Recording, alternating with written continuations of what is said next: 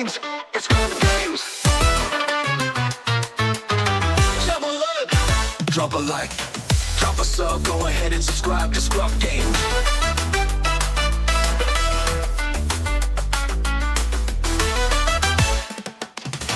Drop a like, drop a sub, go ahead and subscribe to ScrubGames.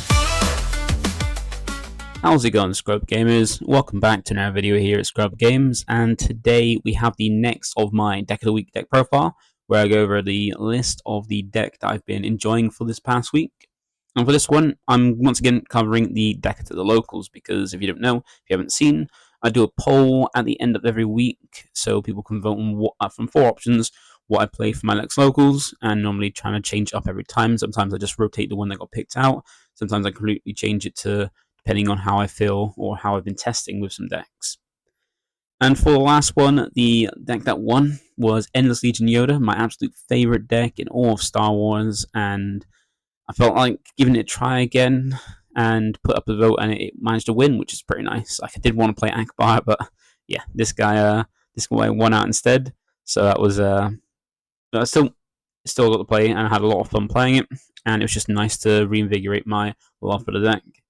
So we're going to get into the list because it has updated, not too much, but has updated enough from Lightspeed. And I've not only got the list I played for the locals, but I've got some other lists as well for this. Where I put all in one and do separate videos for every single of my Endless Legion Yoda lists. So if you're interested in that, check it out. And also don't forget, you can always like, comment, and subscribe to keep updated with my channel as and when they drop. Well, my videos as when they drop. And also click on that notification bell to get alerts to my videos do drop, so you can watch them there and then, or at a later time that suits you best, because we're all the way to 2,000 subs and we're just under 80 away. So just under 80 left to get there, and hopefully get there by the end of the year, which hopefully we can do. I believe we can do it. So every little bit helps. And if you have subscribed, thank you very much. So let's get into the video and check out my Endless Legion list. So this is the list that I took to the locals, and quite a few different cards, 25 different cards, and also 25 different cards including the deck. And as you can see, not many units. Like, the one thing I do wish that we had from Star Wars, what's the SWU DB, when it comes to these kind of things, is to kind of show them in a little bit order, because I kind of do like my cards in order. But yeah, it just shows the cards and like the costs and aspects and stuff, I think. Maybe, I'm not sure. But I wish they showed it in like a good order, because that's what I liked from Deck Planet, was that you can show them in like the order you like. But this is the list I took to local, so not much has been added since the last time I played. The new cards I've kind of added is really only just, well, Annihilator in the main, Annihilator from the new set added, because it's a nice card that can remove something from the board, and if taken out, you can just instantly remove something, and it's just a nice way to take out leaders. It's one of those units you can use to take out leaders if they're still on board, maybe upgraded with Entrench and things like that. And I've got 2 Crate Dragon here because I don't own 3. I only own 2, and since it will be rotated out next year, and I've got 2 clones, I thought I might as well put 2 clones, so just 1 clone in, so to keep it so I still technically get out 4 Crate Dragons. And in the side deck, the only thing we've probably added new from this next new set is Jam Communications, as a never kind of like hand discard one. I think I didn't. It's like a nice cheaper one to hit specifically events, which is quite nice against certain decks.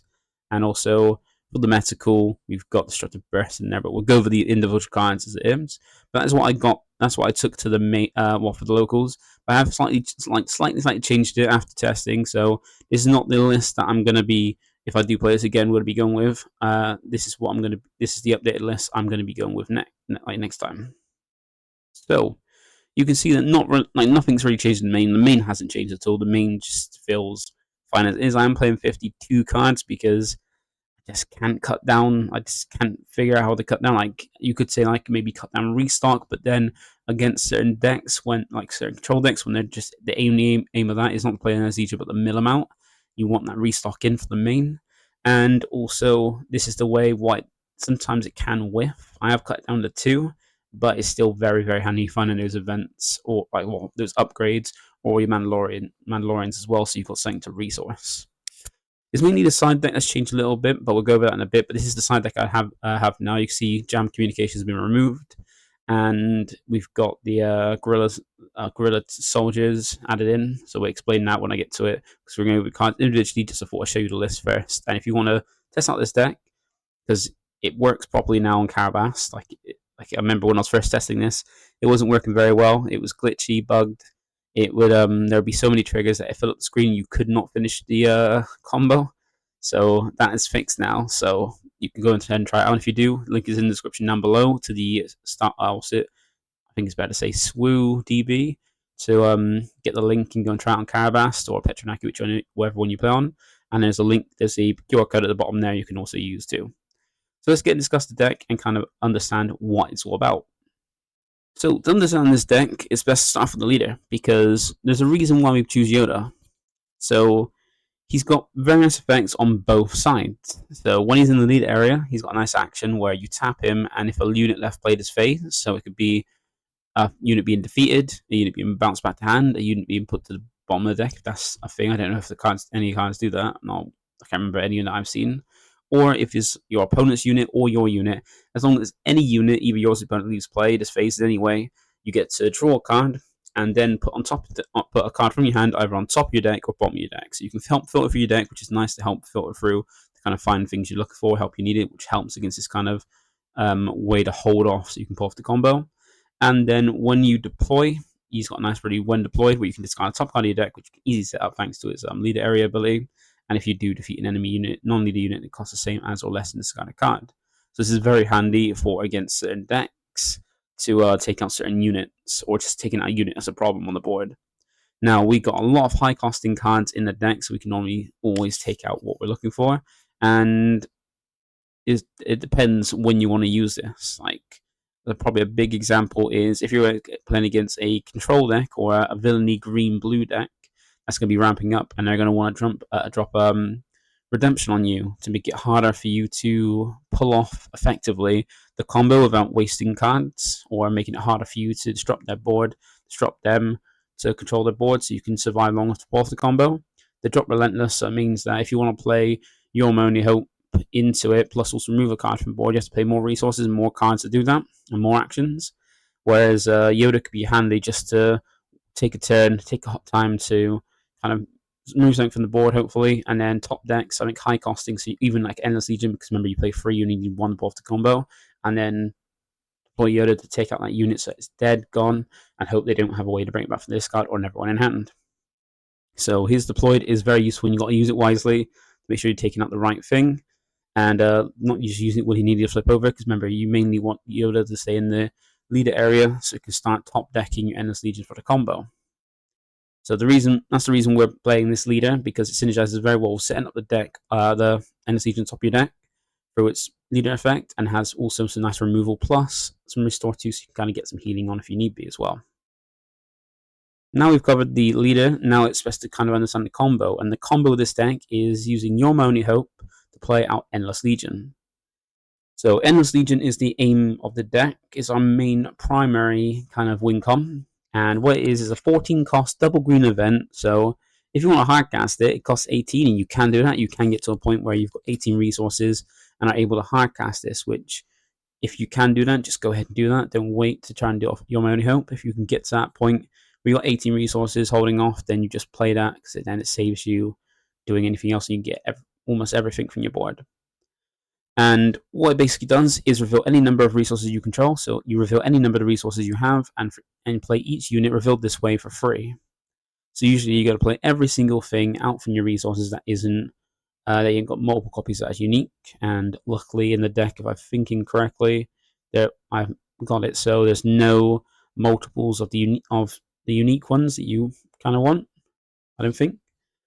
And what you're going to basically do is just use this to play out all those units and create a huge board. Essentially, heal yourself down to 0 base, or near enough 0, where now they've got to start from scratch to do damage to your base to win. And also create this huge board that your opponent is not able to deal with in a single action, and that, well, in any amount of actions, and make it so as soon as you go to the next turn, you can just win by just swing of everything.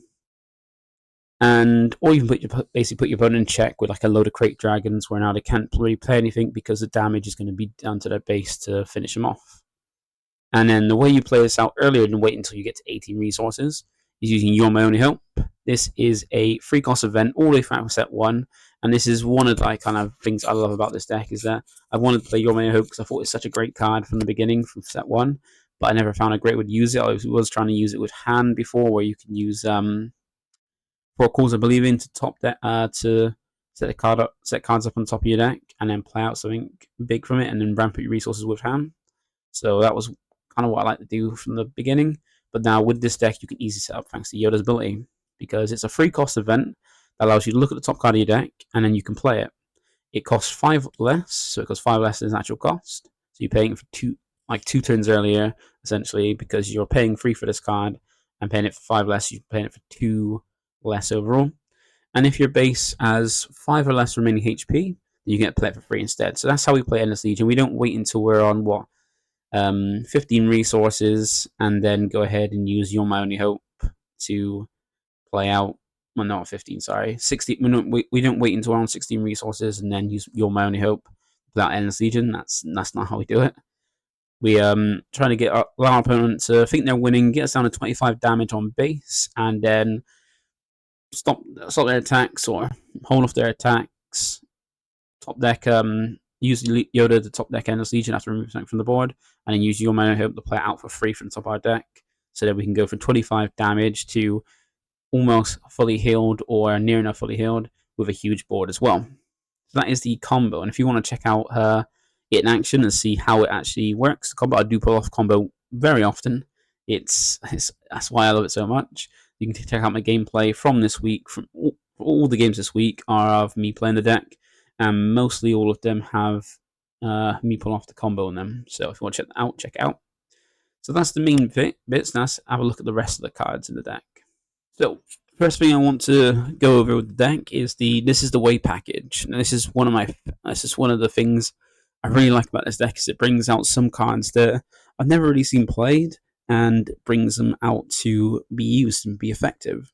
Now this is a 2-cost event all the way from set 2, and what it is, it's a 2-cost event and allows you to search the top 8 cards of your deck for up to 2 Mandalorian and or upgrade cards, reveal them, and draw them. So essentially searching you for the top 8 cards, any two upgrades or Mandalorian cards.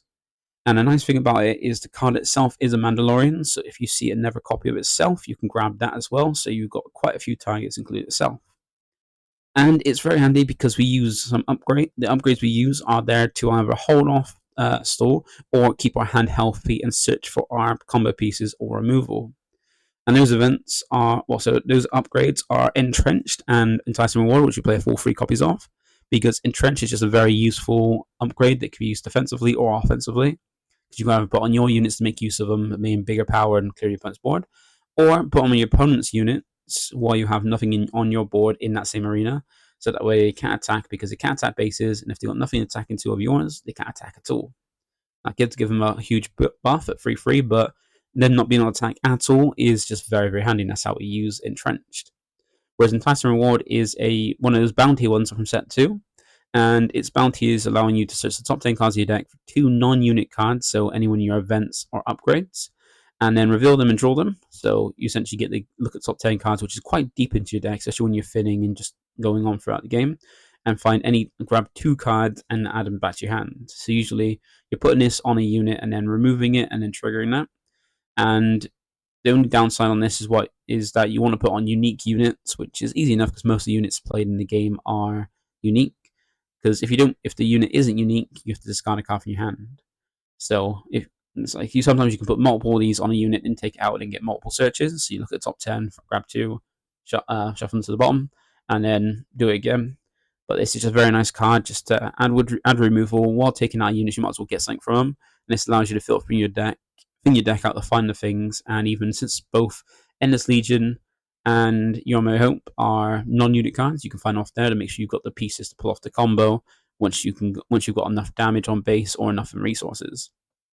And then the other 2 cards I've put in, so we've got some other good targets in there, are one copy of the Mandalorian and 1 copy of Razor Crest. These are in there because they're additional cards to find that are Mandalorian with This Is the Way, so it gives more things to find out to give more use of actually using the card, more of a reason to put and keep this is the way in the deck, because you can play. You can take out. This is the way to still keep an entrenched and enticing reward, but this is the way being able to search them and give that a bit.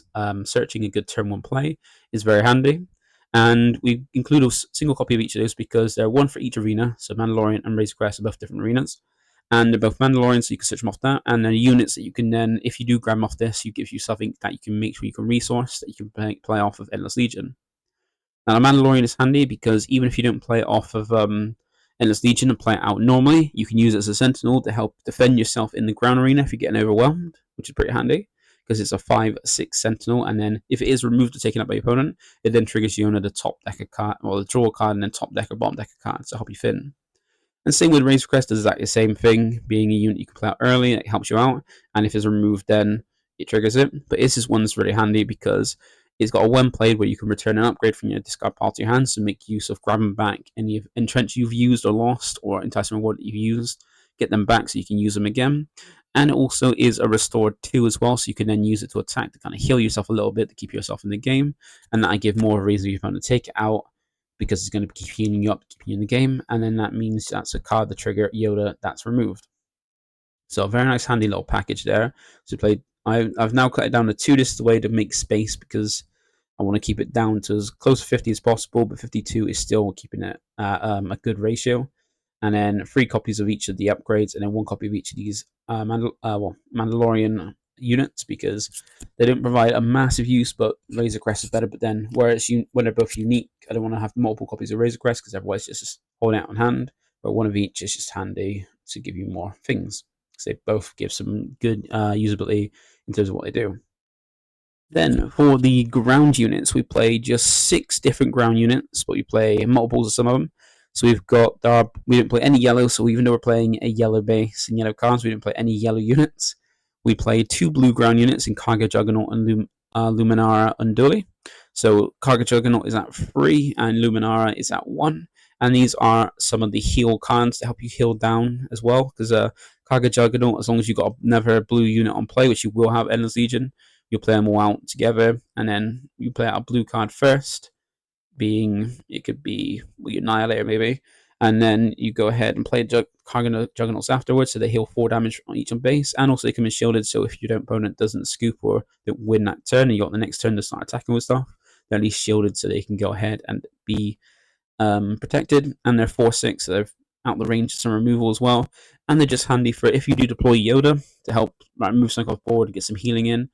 Yoda's a blue unit, so you can play this out without outside of Endless Legion.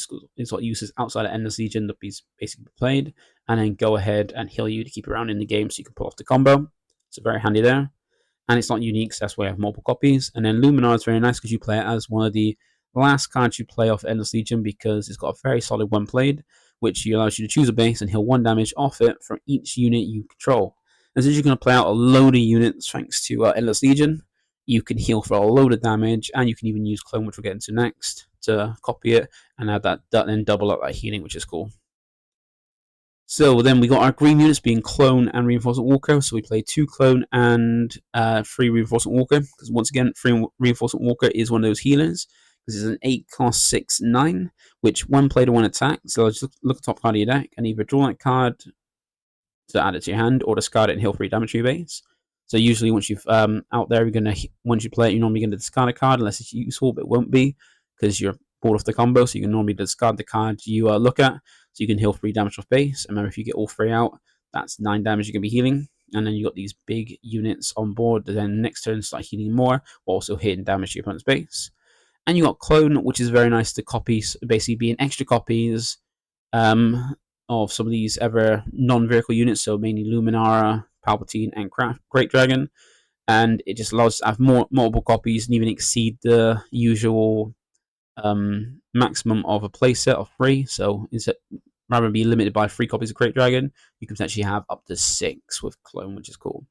So it allows you, what it does is when you may have this unit enter play as a copy of a non-leader, non-vehicle unit in play, except it gains the Clone trait and it's not unique. So a unit isn't unique, so that's why you can bypass the maximum number, and also becomes an exact copy of that card just with the Clone trait as well. So the main thing I use this on is Crate Dragon. So when I'm playing out Crate Dragon, I'll normally use Clone to copy it because multiple Crate Dragons mean it multiplies the damage opponents can take from playing any card. And then it's also a 10-10 on board, an additional 10-10 that's going to be hard to deal with. But sometimes you might want to copy Illuminar or Palpatine because you want them to do extra healing or even extra damage with Palpatine as well to clear the board if you haven't cleared it already. So very useful card, and one of my favorite things is using some of these legendaries that you never see play and actually make use of them. Then for our last two cards, we've got Palpatine and Crate Dragon as our red unit. So Palpatine a single copy, and Crate Dragon I've only got two, because like I explained before, I've only owned two at the moment. I would get another one, but I can't bother to invest in a third copy when I've still got clones to use them on. But I recommend if you can get free or do have free, run free, and then run maybe one clone or try and see if you can fit space in for the Crate Dragon, just take something out, put in a third. But Palpatine is very handy because it comes out as a 6/6 that allows you to throw 6 damage as you choose among units. So you can kind of finish things off that damage or take out something as well. And then you can double out on that with Clone as well to do then 12 damage as you need to clear out your opponent's board. And then Crate Dragon is amazing, but this is one of the best things to bring out from this because Crate Dragon's got a hugely beneficial effect where when an opponent plays a card, you may deal damage either to that equal to that card's cost, to their base, or to a ground unit. And since you can do it to base, that's mainly where you're going to put it to. You're going to throw it at your opponent's base or make it as a threat that damage can go to your opponent's base. Because if you've got one card on base, your opponent, say, plays an 8-cost card, that's 8 damage to your base, that's a lot. But if you've got 2 Crate Dragons and they play an 8-cost card, that's 16 damage to their base. That's mostly half of a common base, or that's over half of a common base's damage. Now, if you've got 3 on board, that's 24 damage. That's a ton. That's so close to lethal on just a common base that your opponents can take him from just playing one card because 3 of them will just do that damage to base. Now, if you get 3 Crate Dragons and they clone out the copy Crate Dragons, so having 4 of them on board, and they play 8-cost card, that is then 32 damage. That's going to take out any common base that's lethal. Like that's the entire base's health in one go to base, and even almost taking out the just 1 damage away from those Data Vault decks as well. So that's why this is beneficial, because when you play it out, if you just play out a huge board and heal, your opponent could just go, okay, I'll manage this, and just start removing things and take it out if it's like late in the game, and not have an issue with doing that. Just taking out the board slowly that you've built up. Whereas having Crate Dragon on board, it means if they do want to try and do that, they're going to see taking damage to base for each copy of Crate Dragon, make it harder. So while they're trying to retaliate, they're taking damage, and in between those actions, you can start getting swings in with your units, like your Crate Dragons, and then make it harder for them to come back. Usually, when you pull off Endless Legion, you will build up a board where they just scoop because they cannot defeat that, and they know he's going to win next turn and haven't got enough actions because of the fact you've healed up from where they thought you were winning, to now you're healed back up to 0 or near enough 0. They can't do enough damage while trying to deal with your board as well. So those are the ground units. Now let's check out the space ones. So apart from Razor Crest, these are the ever kind of space units we play. We play a copy of Redemption, a copy of Relentless, and a copy of Annihilator. Now, in previous iterations of the deck, I was playing more than one copy of Redemption because it's just that handier card to use even outside of Endless Legion, and things like Devastator and Finalizer. I've cut those because Devastator doesn't really do, it just sits there as a huge Sentinel, which you've already got Redemption as a Sentinel to defend yourself in the space arena. So I don't feel it's necessary, and when it does damage, it does it up to the number of resources you control, which at the end of the Endless Legion, you're not going to have many, so it's not going to do too much damage, so I feel it wasn't needed. And same with Finalizer. It can capture your opponent's board, but most of the time, now we've got things like Annihilator back, and even like Palpatine, you're normally going to clear the board from that. And even then, you're normally going to clear your opponent's board from using your different events to kind of clear the board, manage it, so you can then take out something, so you can trigger Yoda to pull off the combo. So I feel he wasn't really needed too much, and only functioned as a way to clear your opponent's board, where it's just not handy. But these are the 3 that I kept in, because Redemption, like I said, is a very good card, but I kept it on 1 copy just to make space, to make sure we've got enough ways to kind of survive. And Redemption is just one of those cards where you can play it outside Endless Legion to keep yourself in the game, or play it off Endless Legion, because it's a never healer. Because when played, you can heal up to 8 damage from any number of your units in your base, and then deal that much damage to yourself. So you're normally going to heal 8 damage from base, put on itself. Easy as that. And it's a Sentinel, so it defends yourself in the space arena as well. And normally when it goes to 1 damage, if you use it to help you defend yourself. Before Endless Legion is normally going to go to 1 damage, opponent's going to take it out normally by any means, and that's going to trigger Yoda to then go ahead and use the effect, the top draw card, and then have a top bottom deck a card. Very handy there. And then Relentless is there to shut off events. It's mainly useful for hard control decks or control decks that have super laser blasts, because you don't want them just nuking your board after you spend all that time pulling off the combo and assimilating a huge board. So Relentless is there to basically make it harder for them to do so or prevent them. And the nice thing about it is if you've got Relentless plus Crate Dragons, you can basically make it so you've won the game, because they're normally, when you pull off the combo, not going to have many resources to then go ahead and bait out Relentless in a Super Laser Blast. So they normally have a go to the next turn. And they normally go ahead and claim the initiative, so their first action will be baiting out Relentless. So that means you've now got an action to do something, so you'll normally swing with either Annihilator if you've got on board, or Crate Dragon, and that's going to swing for 10 or 12 damage to base. Now, if they want to go Super Laser Blast, depending on the number of Crate Dragons, they're going to basically end up killing themselves. Because hopefully you've then got 3 Crate Dragons out by them, off from that combo. So then if they do Super Laser Blast, that's 8 damage per, so that's 24 damage to the base if they've Crate Dragon, or if you've got 3 Crate Dragons out. And if you've allowed this, if they've baited out Relentless to then allow the Super Laser Blast, then you've got an action in the swing at the base with one of your cards, or even swinging for a Sentinel thanks to Crate Dragon and having Overwhelm. You can then do enough damage to the base. So if they do Super Laser Blast, they again kill themselves, because the Crate Dragons will then do enough damage to finish off base. And you've got units to make sure you deal with each of them. If you do Crate Dragon to your opponent's base for 10 damage, then again against common bases, that's enough to then Super Laser Blast kill with Crate Dragons. And then if you have Data Vault, once again, 10's enough damage, because that's 24 with 3 Crate Dragons or Super Laser Blast. That's enough to deal enough damage, 1 over lethal. And if your opponent's got Colossus, which you don't see much of that, but if they do, then you go ahead and Annihilate it. Put some to 12 damage after the Super Laser Blast, and 24. That's then, once again, 1 over lethal to make sure if they do Super Laser Blast with 3 Crate Dragons on board, then you're going to go ahead and finish them off. So yeah, that is a space unit. So not many space units, not many units at all, because we're just using the resource to bring off. And this kind of idea came about from when pulling off Endless Legion for like the burn one, thinking what is the best, what kind of boards can you pull off of it, and this seemed like the best one, pulling off these units together. So those are the units. Now let's have a look at the events that are going to help you keep you alive to pull off the combo. So for the first 2, we've got Spark Rebellion and Restock as our events we play that aren't removal. So these are I think the only 2 events that aren't in ways to remove a unit from play and then trigger Yoda. So you've got Restock as a way to kind of keep your deck healthy, to kind of not worry about deck out, or if you do get against deck out or different ways and you end up decking yourself out, because you can do that. Make sure you've got an alternative way to top deck Endless Legion thanks to Restock, and also keep your deck healthy, so you kind of are never going to die or never going to lose because you can't deck out. Because Restock choose up the 4 cards in your discard pile, puts them on the bottom of your deck in a random order, and you can even choose your opponent's cards as well if you want to, but there's not reason to do that. But it's mainly to put your cards back, recycle them, and even if you say lose certain cards you want, or recycle cards you want, you can put them back in. Because remember things like This Is the Way and Enticing Reward, they thin through your deck quite a little. They look at the top like 10 cards in your deck and put to the bottom, so you can filter through your deck, pushing things through your deck very quickly. So you can use those kind of things to help put back stuff you want and then see them a little bit sooner. And then Spark Rebellion is a nice handy way to kind of go against decks that might have ways that might be holding to stop the deal with your board. It's like want to hold Super Laser Blast where you don't have Relentless.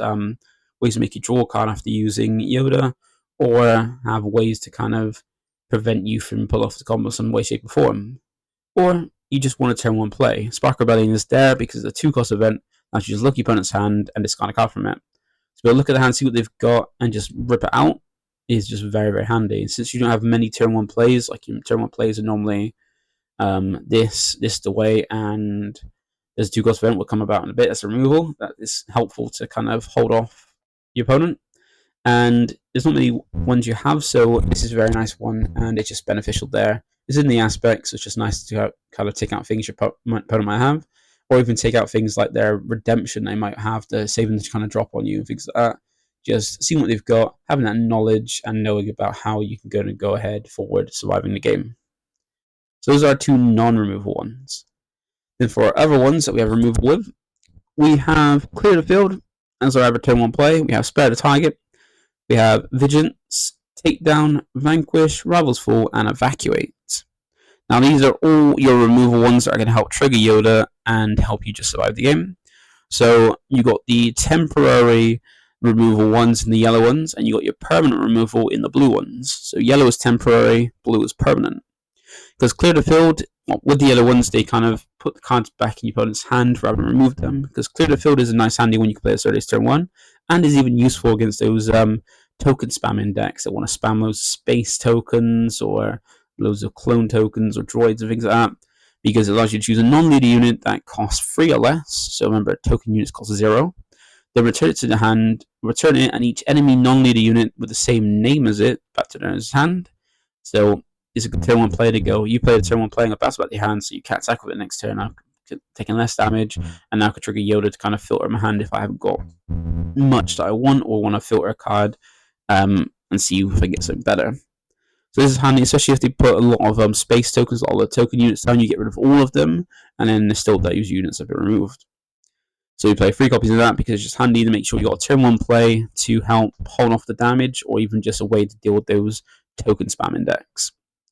Then we got Spare the Target. This is a nice handy one that can help you trigger the bounties because it's temporary removal plus also with trigger bounties, because it's you don't want to have to rely on the blue ones, which are then 4 costs or higher. So this allows you to return an enemy non-leader unit back to his owner's hand and collect that unit's bounties. So you can chuck your enticing rewards on a unit that's not a leader, and then Spare the Target, bounce it back to their hand. So if they spent like 5 resources to play it, you can go attach, and then bounce, and then claim the bounties. And it also works if your opponent plays a unit with a bounty, you can collect it as well, which is also kind of handy. So you play 3 copies of this because it goes very well with combining with Enticing Reward to put Enticing Reward on, then bounce it with this, and still collect the bounties, where Waylay wouldn't. So we play this instead of Waylay. And since we don't need to bounce our own units, because we don't play many, and we can even do it Evacuate, we don't need to run a Waylay either. Then we've got Vigilance. Now this is nice because it's on our alternative win condition, for if we can't use Endless Legion, we've got a way to mill. And it's also healing and removal is just a load of good things in one. Now you do have to play 6 for this because we're playing out of aspect by having, instead of double blue, we're playing blue-yellow. But paying 6 for it is just well worth it because of all the things it does. Because it does the alternative win condition of discarding 6 cards for your opponent's deck to mill them out. It also heals 5 damage from base, which is a good amount of healing to keep you around. It also defeats a unit with 3 or less remaining HP, which you can always do, and then once on trigger Yoda. And then the only one you kind of barely ever use unless you want to use Yoda is putting a shield token on a unit. So the 3 of the 4 are the ones that are constantly always used. Just the shield one isn't often used, but having that much utility and using any 2, so healing and mill, or healing and defeating something, or defeating something and milling, is just very handy to use, just so it's a staple 3 of it in the deck. So then there's once again a never legendary run, so there's a lot of legendaries in this deck. I think the most legendaries in any deck is in this deck. And then we have some other rules. We got Takedown, Vanquish, and Rival's Fall. These are all options to take out units. And I run 2 each of these because they offer kind of different kinds of removal. Like Takedown can hit anything as long as it has 5 or less remaining HP, and it's cheaper for resources. We have Vanquish that can hit absolutely anything that's not a leader, so no restriction, just as long as it's not a leader. And it costs 5, so it doesn't hit leaders, but it hits anything else, but it does cost 5, so 2 copies of that. And then Rival's Fall can hit absolutely anything, even leaders. So we normally save this for your opponent's leader deploys. If you can't entrench it, you pop it. So we run 2 of each of these because sometimes you want to make sure you kind of see Rival's Fall for when your opponent deploys leader, because you can entrench it, but then it just stays there. Now, it means that you then got Rival's Fall to deal with their opponent's bigger things, but you want Rival's Fall is in there because it can hit leaders. I can't remember if we play 1 or 2, but we normally play, I think it's normally 2, maybe 1 in the side. And then we've got Vanquish and Take, and we only play 2 of this because they're very good removal events, but they're kind of restrictive, and that Vanquish can hit anything, but it costs 5, so that's quite a high costing. Sometimes you want to do something else. And Takedown can hit anything, but then once you get the later game, it's not as useful, but it's good against the early game, so we run 2 copies of each. And then we have 6 copies of Evacuate. Now this is a very nice one because it's almost like is almost a board wipe, but not permanent. So remember, the yellow ones are temporary removal, where the blue ones are permanent removal. But what allows you to return each non-leader unit into his owner's hand. And remember, if you can entrench your opponent's leader so it can't attack at all and it's just stuck there doing nothing for them, you can evacuate, and their leader will stay entrenched down the board, but everything else that's not a leader will go back to their opponent's hand. So this really basically just wipes their entire board back to the hand. They got to play it out, especially if they've spent their whole turn. They use all the resources to play things. You just bounce it back up, and then you save yourself a whole turn. And it triggers Yoda as well. So all these will trigger Yoda. They'll help you draw a card, then either put something on top or bottom to set up, or just filter through. So those are all the events. And now let's check out. So that's all the main deck. Now let's check out the side deck and kind of see what I've got for the sideboard. So for the sideboard, this is what I've got. So I've got 7 different cards in the sideboard. We've got the new cards of Guerrilla Soldier in the main, in the sideboard, which I'll explain because we're going to get into them individually. Just want to show you what the side deck is, because a little bit because the image was a lot bigger because there's a lot of cards in the deck. But we've got the 2 copies of Guerrilla Soldier in the main now. We've got a copy of Imprisoned. We've got 2 copies of Smuggler's Aid, probably the MVP of the sideboard. If you've seen the gameplay, you can see why. We've got 1 copy of Confiscate, a 2nd copy of Restock, a 2nd copy of Spark Rebellion in the side, and then 2 copies of Destructive Bursts. Now, you might be confused with most of these, but you might understand some of them, but we're going to explain them and also go over side the strategy for you as well. So, Guerrilla Soldier, we put 2 copies of them in now, and I didn't have that before, but after playing against Bloody Biscuit, I kind of thought there might be you kind of need a way to damage yourself, because if your opponent knows how to play against this and knows that if they can put you at 25 damage or more, then that's going to be able to trigger the combo. And you can now pull off the combo because you can now play Endless Legion for free thanks to Your Hope. So if you've got the combo piece, you can now start holding them off, put the Endless Legion on top of your deck and play off that. So sometimes they might leave you so that you're not at 25 damage, trying to keep you 24 or less, and then try to one-shot you from outside of 25 to your finish you off for the game.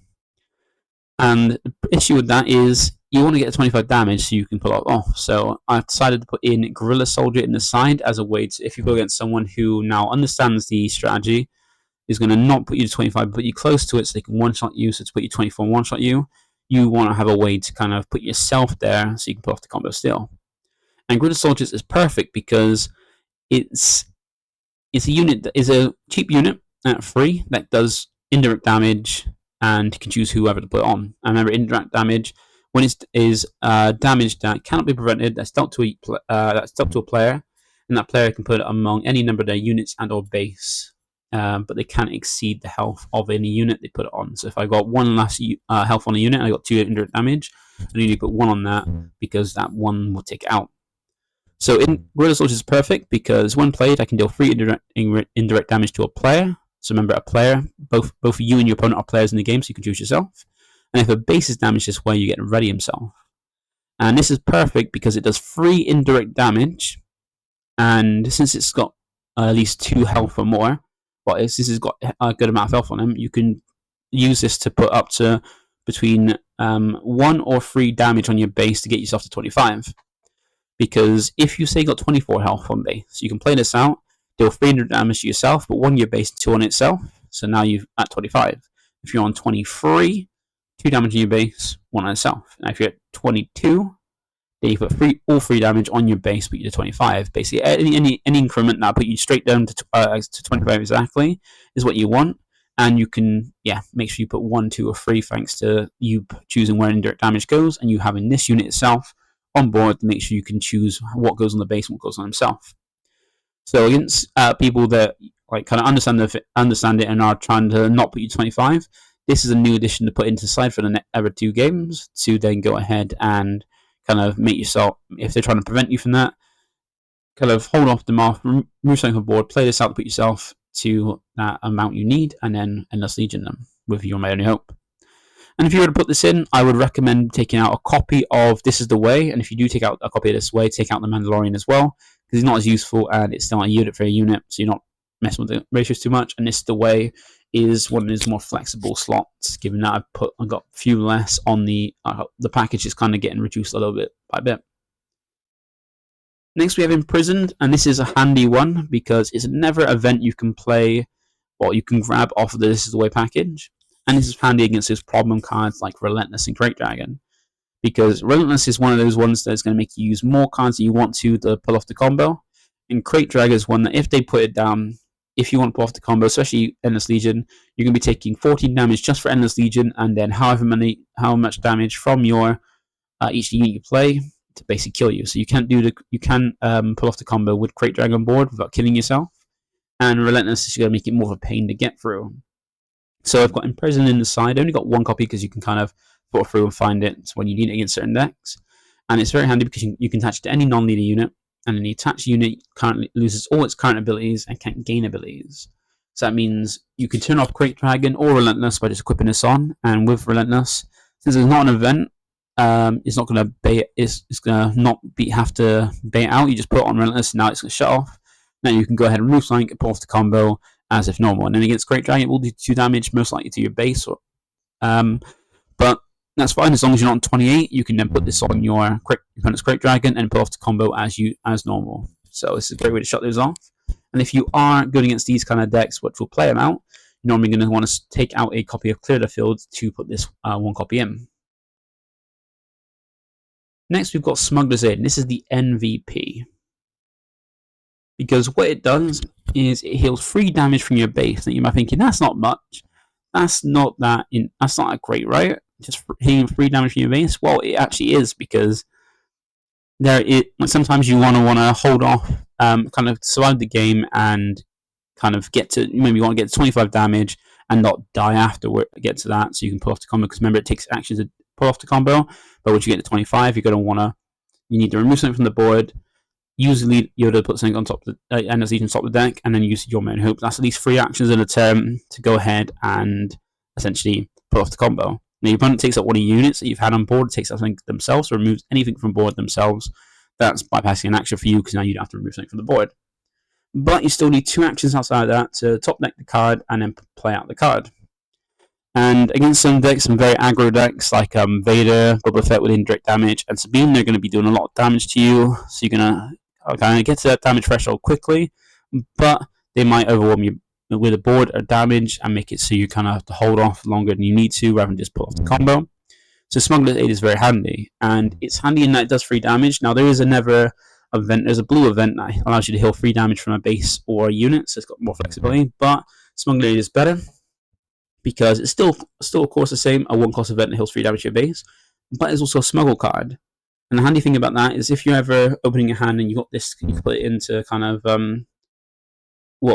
to kind of heal your base and kind of survive a little bit longer. Sometimes you might look at your hand, you have this, but you won't have an event, you won't have a unit to resource. Now you want to resource your units, you don't really resource your ever events because they're there to help you survive.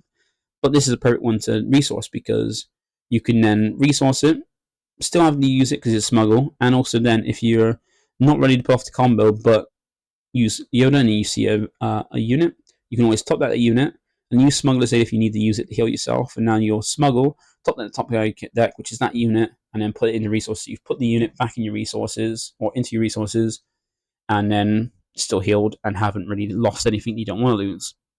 So it's a very handy card, and sometimes you heal just out enough damage to kind of survive along to pull off the combo and end up winning. And if you were to put it in, I would say you probably take out restocking This Is the Way, because against this deck, because you're not really using this against control decks because they have to really worry about them pushing out loads of damage. But restock isn't as useful. Remember, This Is the Way is a more flexible card slot, so taking out these 2 cards for 2 copies of Smuggler's Aid is the way to go. Next, we have Confiscate, and this is again those kind of pesky upgrades, like the upgrade leaders like Vader and Kazuda, those kind of ones that come down quite quickly, quite early, or give a huge boost or are very annoying. Or even Chewbacca, making it so the unit your opponent has can't be bounced or removed, which is your main ways of removing, and you don't have any entrenched. Confiscate is just handy to kind of knock that off. And if you're playing against those kind of decks, you're not really playing against control, so you can always slide this out, slide this in, and slide out your copy of Restock because you don't need that card with you. Now, if you want to keep restocking, so you keep recycling Confiscate. If you're against upgrade, like a heavy upgrade focus, then you can always just maybe take out This Is the Way, but most of the time you're going to want to take your Restock for Confiscate. Then we've got the extra copy of Restock. These are against those hard control decks, the ones that could also mill you out as well, because you don't want to get milled out You want to mill them out, and usually then sometimes they're not putting in multiple copies of restock, or they might want to, or they might have lost the restock. But this is essentially a way to help counter against those high control decks that are just focusing on like Boss Blue, Piet Blue, or Palpatine Blue. That are just going to focus on controlling the game, because while you can keep taking out the units they put down and keep removing them, and they didn't really use many of their cards because you haven't got anything, you don't put anything out for them to remove. They're going to then start trying to maybe use Vigilance to mill you out. And you're happy for that, because the more they Vigilance you, the more you're fitting your deck to kind of find the things you're looking for. And then once you're decked out, you can start making sure you see exactly what you want using restock. Because remember, restock can put the 4 cards from the discard pile at the bottom of the deck in a random order. And if you've got only 2 cards left, no cards left in your deck, you can always use restock to put restock and whatever card you want from your discard on the back on your deck. So now you've got 2 cards, restock, and the other card you want. So when you go to your resupply phase at the end of the turn, you'll draw those 2 exact cards, you'll draw your restock back and your card you want, and then keep doing that, just basically using restock to put itself and whatever card you want to make sure you're drawing the exact same cards, because if you put 4, there's a chance you won't get restock out of those 2, and if they are able to mill you again, they can get rid of that last restock you've lost. So having basically just thinking how to use it properly when it comes to the end of the game, making sure that you're getting exactly what you want and not putting yourself giving yourself a chance to not draw what you want against your opponent. And this helps as well, because if you get rid of their restock but you keep yours and they can't Vigilance you for the last one, then, well, they can't Vigilance you again, because if you've hit the Vigilance, because you can hit that via Spark or Rebellion if they got on their hand, or by milling your own. Because if you do restock too early, like if your opponent goes ahead and restocks very early, where they then put the restock and their ever free Vigilance, if they do restock, they put their restock and free Vigilance on the bottom of the deck, you know that unless they use things like search your feelings, those 4 cards are staying on the bottom of the deck, which means, you know, when they get to the last 6 cards, you can Vigilance them and hit all those cards and never do it too early. Or if your opponent does it too early, remember to save 1 Vigilance to make sure you mill out those last cards, those last 6 cards for your deck, because that will be their cards that help them win the mill game. But if you are putting your restock against these decks, then you don't really need to clear the field, because they're not really playing out anything early. You might play a Pershing, but you can always still have another 2 copies of that. So I'd say, or even go spare the target, put that back in hand. So I'd say if you want to put in a second copy of restock, put in take out your copy of Clear the Field. Now, next one we've got Spark Rebellion. This is just handy to add in. So if you're against, this is a really handy card that, once again, take your opponent's cards like their restock, take out their planetary bombardments, and take out the Chewbaccas. The Chewbacca's a really annoying event, a unit that can come down and basically you have no way to remove it, because you can't kill it by events, you can't bounce it back the hand. So unless you entrench it, which you're going to play a new one, and that's the only way you can deal with it, unless you can entrench it, then it's going to be a unit that stays there. And since you don't play Power Dark Side, you have to worry about them having that as a way to kind of waste your Power Dark Side on.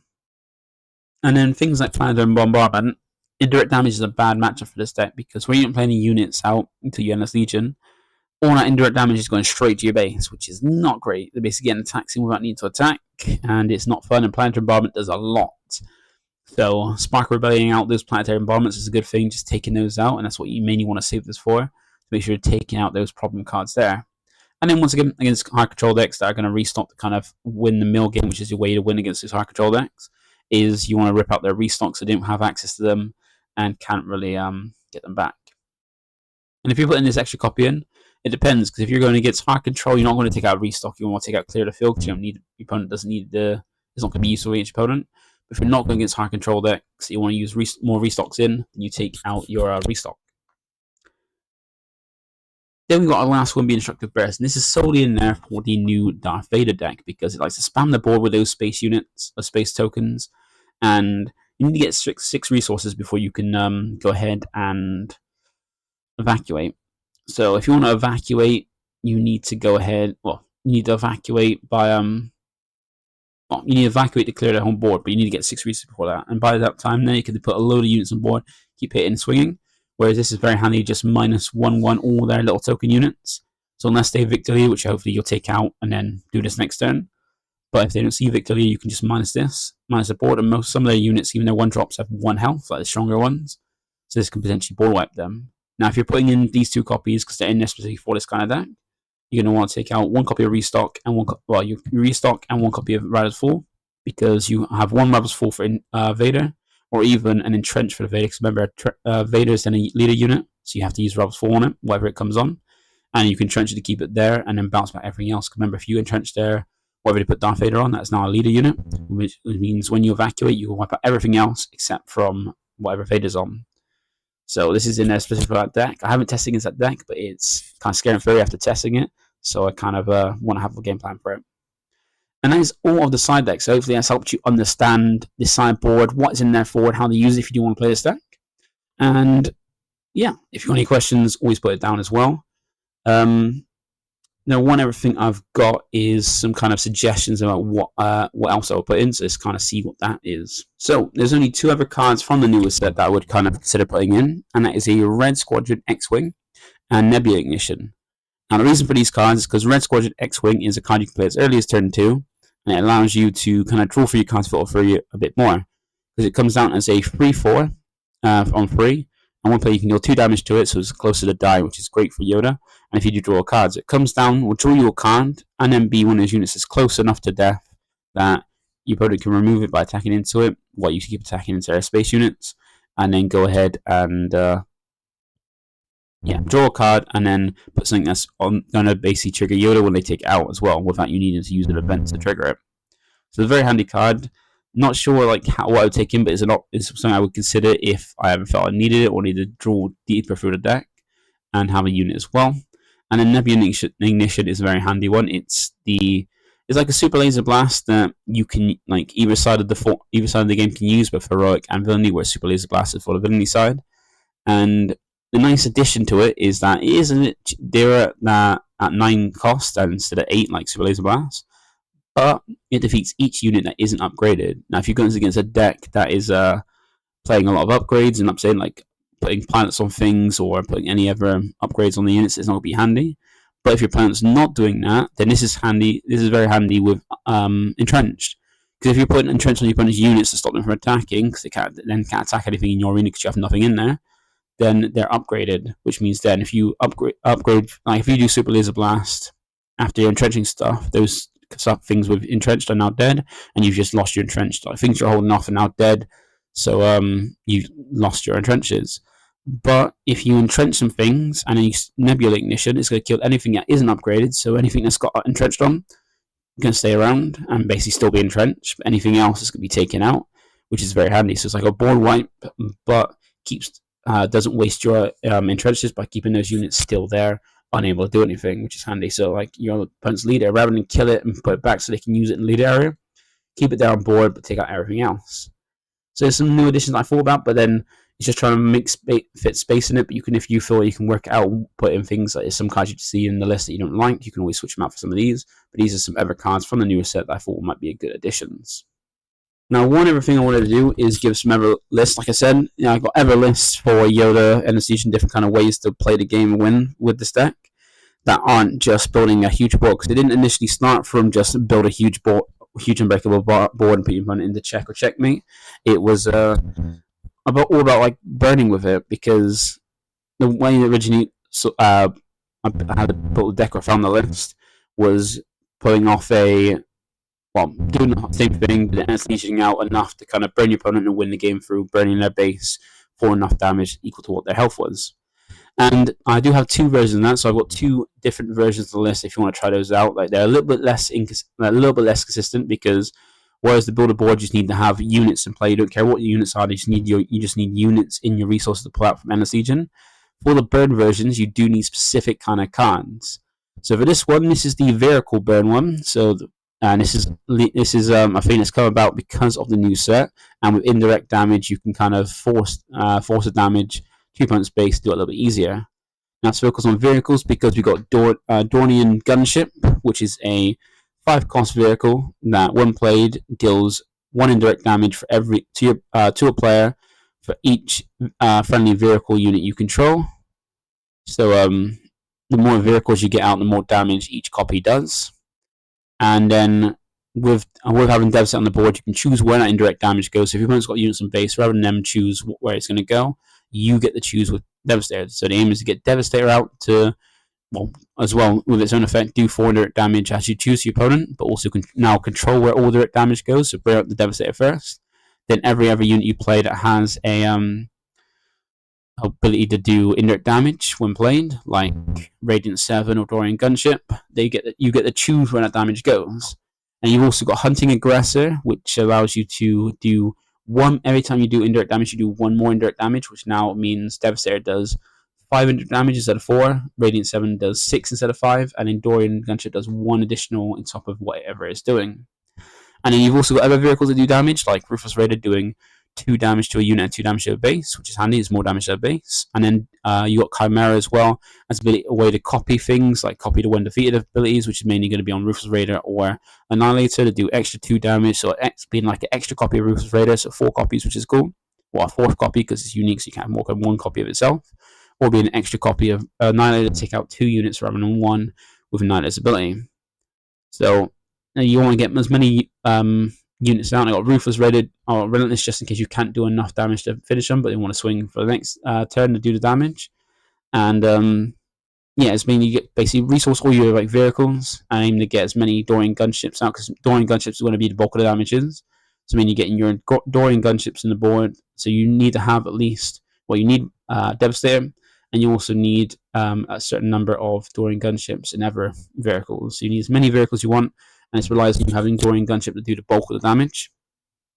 And essentially, same kind of shell as the other one, just with different kind of units. And this way, it's not just building a board, but it's doing damage. So when you do pull off Endless Legion, you're winning from that action rather than waiting a turn or making your opponent scoop because they can't deal with your board. And it's kind of similar side deck, just a little bit changed up with like top target to kind of survive, because top target to survive a little bit different in there. And for the other one, we've got the burn is using the a different way. So still same kind of thing, but using Fighters for Freedom to it, because you're using, once again, using clone. This is the original build I had, but it's kind of slightly changed for the new set, because we got Devastator as additional red card to help do more damage, and also changed up for the current meta. So this one is once again just the same as the other one, relying on you needing to see at least one Fighters for Freedom, because if you see Fighters for Freedom and then clones, you can clone the Fighters for Freedom, but if you just see clone no Fighters for Freedom, clones does not do anything.